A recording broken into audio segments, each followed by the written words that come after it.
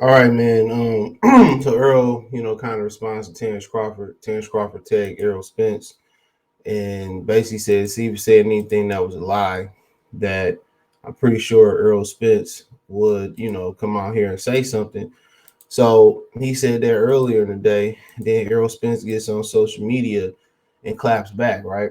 He gets on there once again, doesn't tag Terence Crawford, right? Listen, he got so many female traits, bro. Once again, doesn't tag Terence Crawford, right? You got nobody co-signing for Errol Spence, saying, well, Errol Spence saying the truth. Errol Spence, De La Hoya said, well, Terence Crawford speak the truth. You know what I'm saying? And people can say, well, he just probably trying to sign Terence Crawford or whatever. Could be, but he negotiating with Tank Davis and Ryan Garcia, all right? So nobody co-signing, saying, and a lot of people don't want to get in the middle of it. A lot of people just want to remain neutral because they cool. You got to understand boxing is a small fraternity and sorority. It's not too many people in there, but Errol Spence gets on. I'm not about to keep. I'm gonna read him how he tweeted him. Unless we should go through the mentions. I ain't got time for that. So he said, I've been doing the heavy lift. Well, let's just start off from the beginning because that's not cool. So let's start off from the beginning. So once again, the first tweet, you know, so hold on. So this is his first tweet, right? So he did tag him, excuse me. So he did. I didn't see this one, so my bad, Spence. He said, I have a minute or 30 to waste. Why it take you 2 weeks to say something, Terence Crawford? You try to get your shit together. We looking at you as some flashcards, piece of paper. Good, you speaking now. We worried. So right, we was worried. So once it took you the whole negotiations to say something. This the only shit that he didn't even write this. It took you the whole negotiations. You didn't say shit. You was nowhere to be found. All we know is you said it was a contract. Time the contract, big boy. It wasn't a contract. So you wasn't. Where was you at the whole year that y'all been negotiating? You ain't said shit, but said it wasn't my fault. So come on, it took you a whole year to say something. Come on. Then he goes here and says, well, he claims concerns over having transparency in the revenue and expenses for the fight was the big issue that killed negotiations. My side agreed to show him everything. At the end of the day, agreed and showing me some shit is two different things. All right. So y'all gonna show me or do we agree? You know, come on. And you weren't even in negotiations, but let's keep going on. Because you about to tell he not in negotiation. This is something that came straight from Al Heyman, probably. The draft included, because you could tell this is not the way the nigga type. But the draft included specific provisions that require. He don't even talk like this, dude. He ain't no lawyer, nigga. This is coming from Al Heyman or somebody at PBC. Come on. So the draft included specific provisions that require that both of us will receive a complete, full, written, detailed column showing all pay-per-view sales of the event and the status of all net revenue received, all expenses incurred and paid.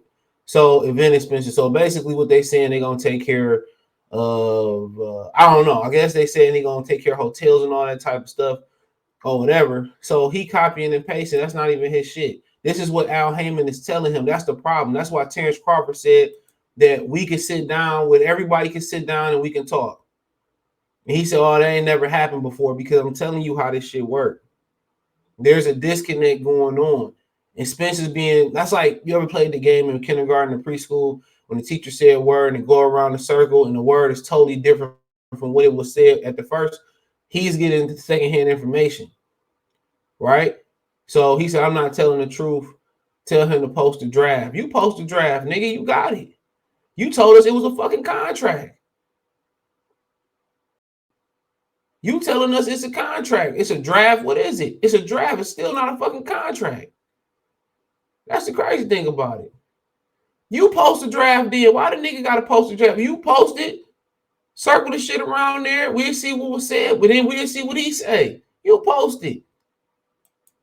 Nigga, we can end the debate right here and right now. He said he talking like he didn't have a guarantee. He was taking all the risk, but I didn't have a guarantee, just a higher percentage. So there you go. He said he have a guarantee neither, just a higher percentage. There you go. What Adrian Broner said was correct. Once again, what Adrian Broner said was correct. Shout out to Tyrese Bowie. So what Adrian Broner said was correct. So what Adrian Broner said, well, they couldn't even guarantee Errol Spence the money. You getting 65%, nigga. He getting 35%. And then on top of that, you with Al Heyman. So you ain't got no other choice. You signed your life away. He never did business with the man before. So come on. So his money ain't guaranteed, right? I'm supposed to fight this nigga. The money ain't guaranteed or whatever, right? They want to see transparency in events and all that type of stuff. I don't know what you getting. Come on. So we go through Crawford shit too. So I ain't got that much time, bro. There wasn't no money guaranteed. He revealed that. So he goes and offer all money not good. When I asked where the $50 million come from, who was over the hedge fund putting the money in, he couldn't tell me. I think we all need just to meet in person. At the end of the day, he said, this is their conversation. But he said he turned around, he asked Al, he said, I got this 50 million, 2 investors willing to put the money up. He said they know you. So obviously Al Heyman, he told Al Heyman who they was. Come on. So here you go right here. All right, I'll just read this because I didn't see this. He said, laugh out loud. You can't put that on your kids, nigga. You asked about the back end. You said you're going to talk to your people and see what they say, nigga. You a whole fraud on my kid's life. You know you had to get permission to even commit back, nigga. You watch my live. Now you know, say you got to say something. So he said on my kids, nigga. He said you can't put that on your kids. So, you know. That's what he said. You can't put that on your kids, nigga. I know that nigga didn't, he didn't lie too much, bro. The only statement I agreed is the only one I can see he's saying so far is the one he copy and paste in the guarantee. That's it. He said I wasn't at the table or know where to be found. For what I knew, I was projected to get happy with, and I'm honest, that hedge fund deal was for your benefit. Laugh out loud. Get the fuck up out of here. Come on. You wasn't at the table, so how you know? Al Heyman telling you, it benefited him because I'm telling you, you can read between the lines, dude.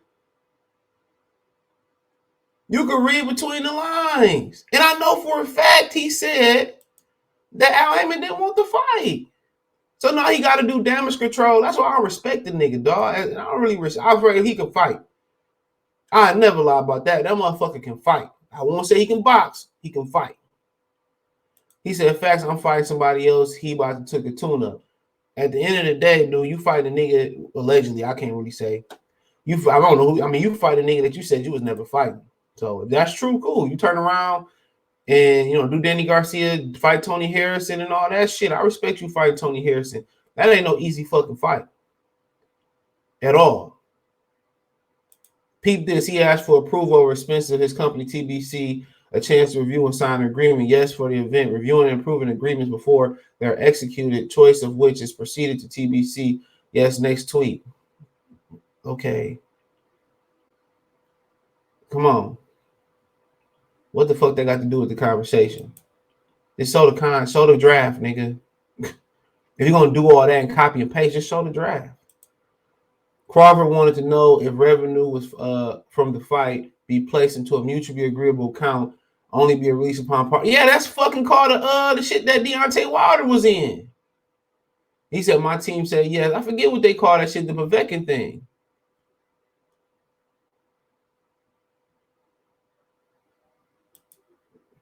Okay, you said yes. So where we hanging up at? That's the question. Where's the disconnect? So he said if you was your own boss, why I had to talk to Al, why I had to talk to Al. That's why I couldn't talk to you because I didn't say you had to talk to your people. You can't fool you can fool your little fans that don't know you really is, but you can't fool me. Of course, I was negotiating. He said I had what I was potentially you can tell this him typing this shit now. Was potentially to make you trying to figure out your shit together. Nothing like you and Bob, At the end of the day, he had a fucking guarantee, nigga, when he fought with Bob. You about to fight the nigga and get your ass whooped for no guarantee, which he probably got a guarantee, and that's a fucking lie, to be honest. It's probably a lie.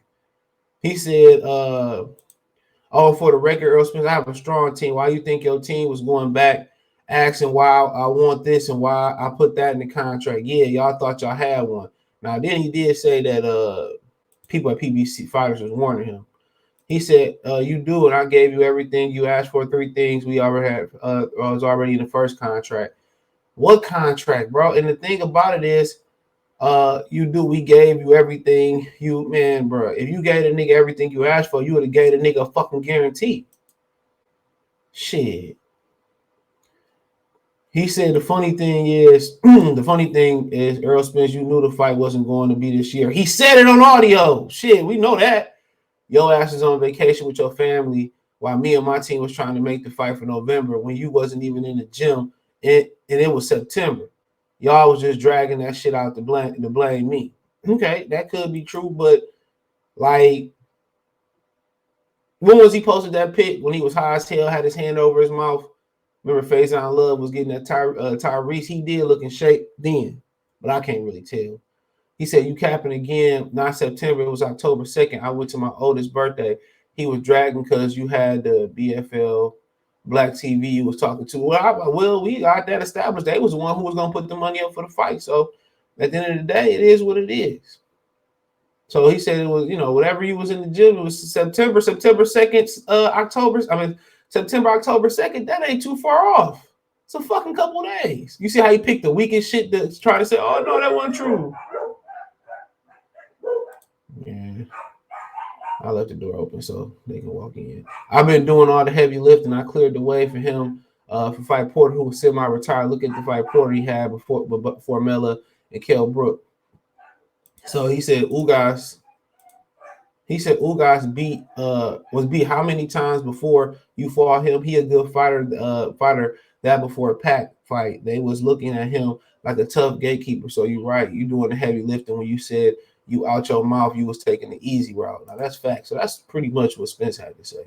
I think that's the last thing Spence had to say. So Terence Crawford, right? So he's talking about, I'm doing the heavy lifting. Nigga, you've been at the welterweight for around 9 to 10 years, going on 10 or 11 years right now. You had all the welterweights on your side, and you just not fighting Keith Thurman 5 years too late, going on 6 years too late. That's the crazy thing about it. So let's kind of run through this shit real quick because I ain't got a lot of time. So we saw the original tweet. He said this dude Errol Spence the clown. He had to go get lies together, and now he got so much to say. Right, that's cool. He said if he was so-called boss, why I had to talk to him? Okay, I read that one. So we gonna get to the big one, for the big tweet that I seen. Shout out to Luis for sending it to me. Oh, for the record, Errol Spence. Okay, I read that one. Funny thing, Errol, you knew the fight wasn't going to be this year. He said out his mouth. We established like we already established that. It's okay. Like I said, I've been ready since I came in this division, and all I heard was excuse after excuse. Get a belt. You're taking the easy road. I'm on the wrong side street. Why I want this in the contract, and now the fight is next year. What's next? They just aged them out, and everybody know it. Okay, y'all, I'm out. Errol Spence, I wish you the best in your upcoming fight. See you later, my boy. He said, per PS, Errol Spence, when you spin the block, let's do something that's never been done before. Make that negotiation public since you're your own fucking boss. He not going to do that because he not negotiations, and I don't do nothing public. Now, this is the one Luis sent me, right? So, there's a couple of them, okay? So he said Kell Brook had already lost had Sean Porter has already lost Kell Brook and Keith Thurman, which both was undefeated. So you didn't nothing that was really already done. Kell Brook, Keith Thurman already lost. He said Mikey Garcia was 2 division classes below you. You never had a fight in the division at all. And then you didn't stop the nigga neither. Okay. Let's see if we get to the good shit. Okay. Well, here you go. He responded to the other tweet where he said September, October 2nd. Well, October, that's even worse. We supposed to be fighting November. You knew that, or not like I said, y'all was dragging the shit out because y'all knew we wasn't fighting this year. So when I moved on, y'all want to backtrack for next year, and I wasn't going for that. There you go. A couple days between October and September though, but hey, whatever. So it's another one in there. Hold on. I probably skipped over the shit. Hold on. I seen it. Hold on. Hold on. Hold on. No, hold on. Hold on. It's in there, dude. I gotta find it. So apparently I can't find it right now. Hold on. I'm at the post Luis on Instagram. He said he put in your kids. I'm skimming through here. I should have had this queued up.